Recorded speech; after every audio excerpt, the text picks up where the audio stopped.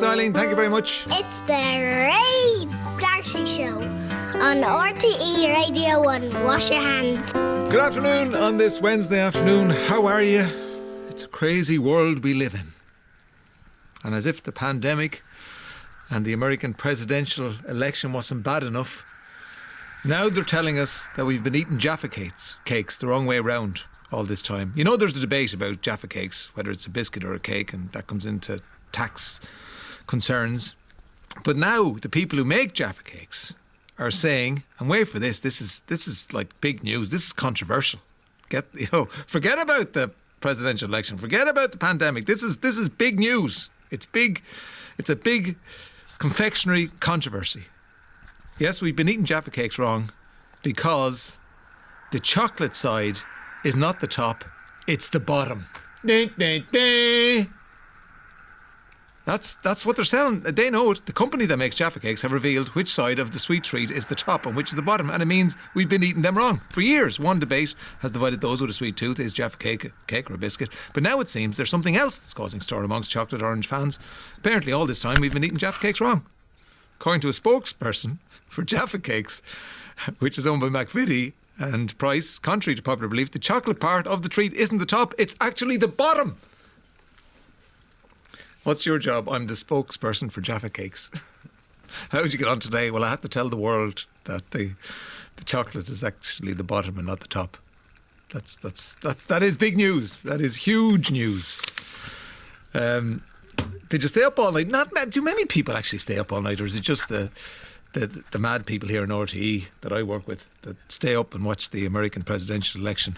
I know Loretta Blewett, who's a third cousin of Joe Biden. I'm sure she stayed up all night, and we'll be talking to her. And I'm sure Anthony Scaramucci, who used to work for Donald Trump, I'm sure he stayed up all night, and we'll be talking to him later on as well. But most normal people went to bed last night and sort of half knew that there was going to be no result, and they were right.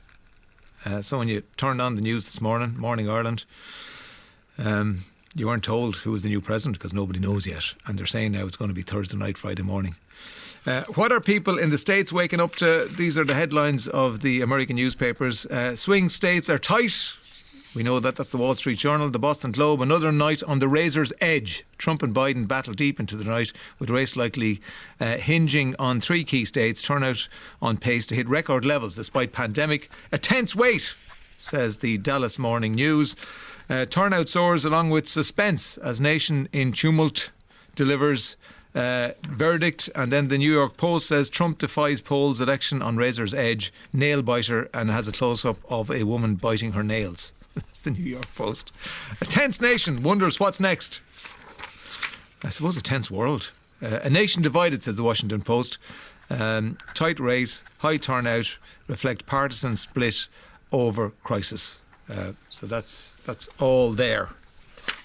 They must be very tired. No, just on a human level. Like Donald Trump and Joe Biden must be extremely tired. All the travelling they've done recently, all the talking they've done, all the stress, all the nervous energy they've used up.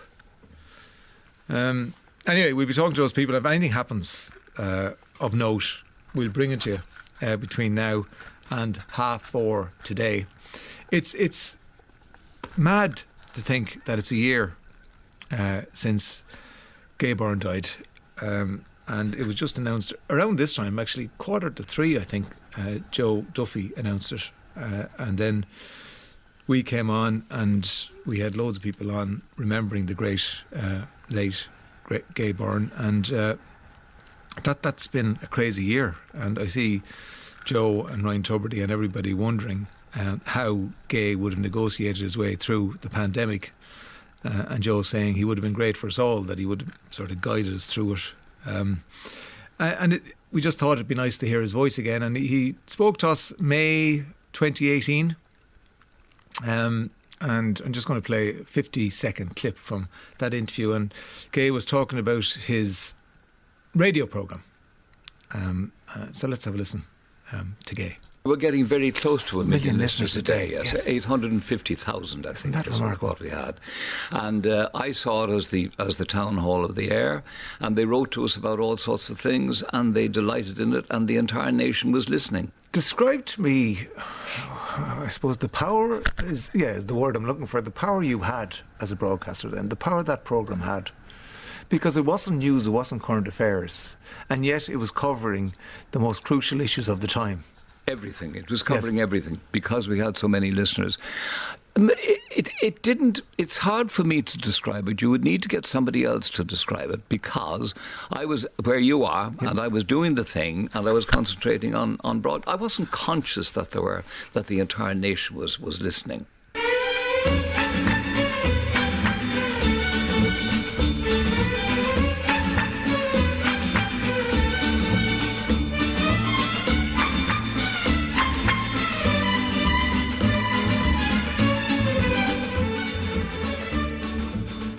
And our thoughts are with Kathleen and Gay's family today on the first anniversary of his death.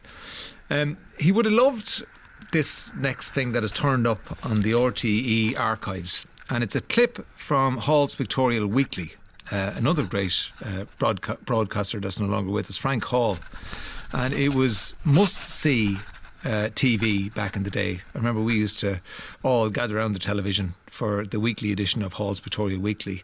And he was at the helm, Frank Hall, and he had this amazing sense of humour and he had an amazing appreciation of the surreal, and he didn't, he took on the sacred cows of Ireland, which brings us nicely onto this clip, which some Twitter person spotted overnight on the RTE website, and it's a clip from Hall's Pictorial Weekly. It's a man called Michael Flanagan. And he has a theory about cows and their moos. Michael, when you're ready. In different counties around the country since, I've been observing cattle. You might meet cattle on the road or something like that. All of a sudden, a cow would just, say moo. And you'd notice the actual difference in the, we'll call it the accent. Take, for example, a cow from Cork, the Newmarket area. A cow, she prolongs the moo or the loo, and a cow from the Athlone area, say, she just says moo and that's all. That, the same as the Cork accent. The Cork accent is prolonged. The prolonged will say, hey boy. A cow or a farmer will say from the Athlone area just says, hey boy, and that's that. I love that. What about a Kildare cow? It'd be pretty flat. Be a flat out moo. There'd be no singing in that moo. Just be flat Midlands cow moo. Love that. We're eating Jaffa cakes wrong. We can't be held responsible as there are no instructions on the pack. Fair point. All joking aside, in all their ads they eat them with the chocolate on top. No. If you eat the chalk downside, the chalk falls off. Another nation divided. OMG. That's changed. Sligo. And does that mean a Jaffa cake is a version of an upside down cake? It appears so. Whoever puts the chocolate at the bottom of anything, in fairness? It's always on the top, isn't it? My husband is 100% normal and he stayed up till 5:30 a.m. I went to bed before 8 p.m. with a plan to get up at 2 a.m. but then couldn't be bothered. I love my bed and sleep too much. And so much for the experts and their polls. The likes of CNN and other news outlets predicted a landslide Biden victory. Wrong. It's going down to the wire. And do not be surprised if Trump triumphs again, says that person. 51551 or ray@rte.ie.